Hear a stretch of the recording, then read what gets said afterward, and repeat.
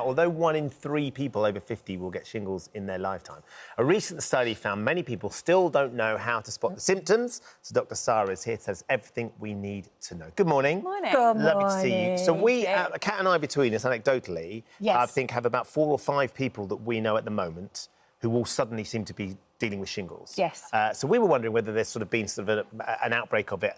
That doesn't seem to be the case. It just happens that we're suddenly surrounded by people of the age that do get it. Yeah, it is strange. Anecdotally, I know a few people that have it as well, but I haven't seen any obvious reports saying that there's any surges as yet. But it might just be, as you say, as we get older, it unfortunately it is becoming more common, and we are all aging. Let's not talk about that. Let's not talk about it. So my husband's got it at the moment, and one of the things was he didn't know what the symptoms were, or he didn't spot them. He actually thought he got fiberglass in his face because he'd been shifting stuff at the house that we're doing, that's under construction at the moment, and then he thought he touched his face. So he got like this burning, tingling, stinging sensation, but that's what he thought it was. So tell us what we've got to look out for. OK, so the signs and symptoms for shingles. Yeah. Firstly, you tend to get this tingling, burning sensation. That was what he had. And you may also notice that you've got, feeling more fatigued, headache, tired. You might even have a bit of a temperature. Yeah. And then you can start to notice a few days later, often this little blotchy rash. And then that blotchy rash develops into fluid-filled blisters, which then start to cross over and scab away. And they can be basically on the trunk of your body. He's got them on his face, actually. They can be anywhere. You OK. know, genitals, face, around the eyes.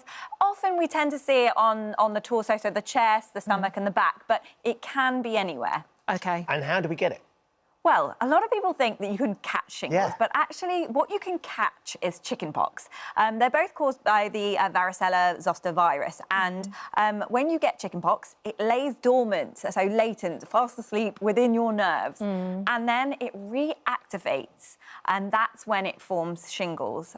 It tends to reactivate in those over the age of 50, and sometimes you'll notice that it gets triggered by stress, illnesses, certain conditions. If you're run down. But you can't essentially catch it. No, so you can't catch shingles, but what you can do is end up passing chickenpox to someone else. So if you've got shingles Yes. and you're in contact with someone else who has never had chickenpox before, they can then catch chickenpox from you. Sarah, your earpiece has popped out and it's looking like it's some sort of slightly aliens just avoiding. Thank you. You need that so they can tell you where we are. Yeah, that's we're all on time at the minute, don't worry. But interestingly, the thing is understanding how long the rash can stay. Can you do things to make it worse? Is there things we need to do to sort of calm it down? Yeah, absolutely. What you can do is, at home, there are simple things you can do. So you can just cover it so that it's less likely to spread to other people. You can put cool compresses on it. You can take paracetamol. But in some people, it can be particularly severe and it can lead to certain complications. And so in those groups of people, I would suggest that you consider medication. So you can get a medication like an antiviral called acyclovir. And you can also get pain relief, which works on the nerve endings themselves to help with that pain. Some people even need steroids to manage it. But generally, most people are OK with general painkillers. I would say if you are going to get the acyclovir, the antiviral, it needs to be started within 3 days of that rash for it to be effective. And will that make it go quicker? It helps with the severity and duration and the reduction of the risk of complications. OK. And then should you go to a GP? I think now it's been made so you can go to your pharmacist and ask for help, right? Exactly. Originally, most people would be going to the GP and calling 111, but actually, since January, we've had the Pharmacy First initiative, which means that the pharmacy can treat 7 different types of illnesses, and shingles is one of them. Oh, great. So they will be able to give the same treatment that a GP would be able to give. I've experienced Pharmacy First. It's absolutely brilliant. It's wonderful. It really does work. The new treatments and also a vaccine. We've got about a minute left. Yeah. What can you tell us about those? So there's, in terms of treatment, it's still in trial forms.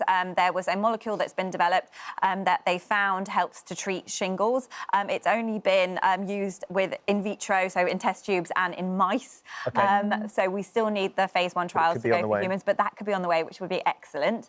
In terms of the vaccine, that's been around for a while, but it's being offered to a greater number of people. So it's now from ages 65 to 80, although they're staggering who's being invited at the moment because of general shortages, and they're worried about, you know, not being able to get it out there for enough people. So currently it's age 65 and then those between 70 and 79. And it's a vaccine called Shingles. It used to be one called Zostavax, but this one is actually more effective, which is excellent. Great to hear. Well, Grandma and Grandad are up on their vaccine, so we're OK. They're all right, so they can come and look after the boys, more importantly.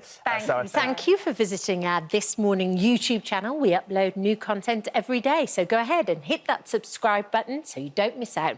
And we'll see you in the morning.